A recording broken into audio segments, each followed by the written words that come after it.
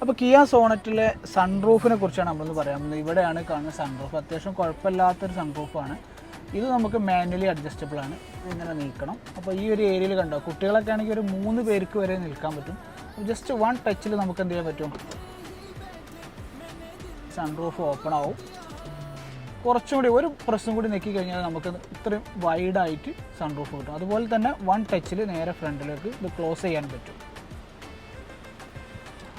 ഇനി നമുക്ക് വേണമെങ്കിൽ ഇത് ഇങ്ങനെ അടച്ചു വെച്ചതിന് ശേഷം 1 ടച്ച് നമ്മൾ ചെയ്യുന്ന സമയത്ത് രണ്ടും ഒരുമിച്ച് പോകണമെങ്കിൽ അങ്ങനെയും ചെയ്യും. ഇനി ഇതിൻ്റെ മറ്റൊരു ഗുണമെന്ന് വെച്ചാൽ നമ്മളിത് ലോക്കാക്കുന്ന സമയത്ത് അഥവാ ഇങ്ങനെ കൈയൊക്കെ തട്ടി അല്ലെങ്കിൽ ഒരാൾ കുടുങ്ങിയാൽ നേരെ ഓട്ടോമാറ്റിക്കലി പുറകോട്ട് തന്നെ പോകും. അത് നല്ലൊരു ഓപ്ഷനാണ്. പ്രത്യേകിച്ച് കുട്ടികളൊക്കെ അവിടെ തലയൊക്കെ കുടുങ്ങാതിരിക്കാനൊക്കെ അത് നല്ലൊരു ഓപ്ഷനായി നമുക്ക് ഉപയോഗിക്കാൻ പറ്റും. ഇനി നമ്മൾ സൺറൂഫിൻ്റെ വേറൊരു കാര്യം, സൺറൂഫ് നമ്മൾ ജസ്റ്റ് ഒന്ന് ഈ ഒരു ബട്ടൺ